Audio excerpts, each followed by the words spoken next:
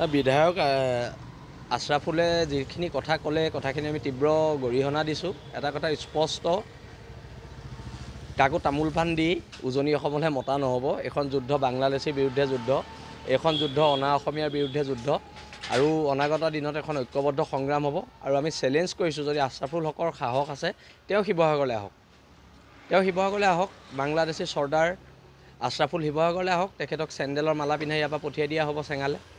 কিন্তু এটা কথা হৈছে যে খিলঞ্জীয়া মানুহখিনিক বাৰে বাৰে কোনোবাই অপমান কৰি থাকিব, সি MLA হওক মন্ত্ৰী হওক, কোনোবাই অপমান কৰি থাকিব, আমি সহ্য নকৰিম। আৰু আক্ৰমণ হ'লে প্ৰত্যাক্ৰমণ হ'ব, সেইটো কথা একদম স্পষ্টকৈ কৈ দিয়া হৈছে। যদি আক্ৰমণ হয় তেনেহ'লে প্ৰত্যাক্ৰমণ হ'ব।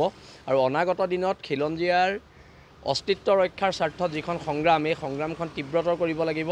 তীব্ৰতৰৰ ওপৰত তীব্ৰতৰ হ'ব, কিন্তু খিলঞ্জীয়া মানুহখিনিক বাৰে বাৰে ভেঙুচালি কৰি নাথাকিব, নহ'লে অসমত খুব বেয়া পৰিস্থিতিৰ সৃষ্টি হ'ব। তাৰ বাবে কিন্তু এই বিধায়কসকল জগৰীয়া হ'ব।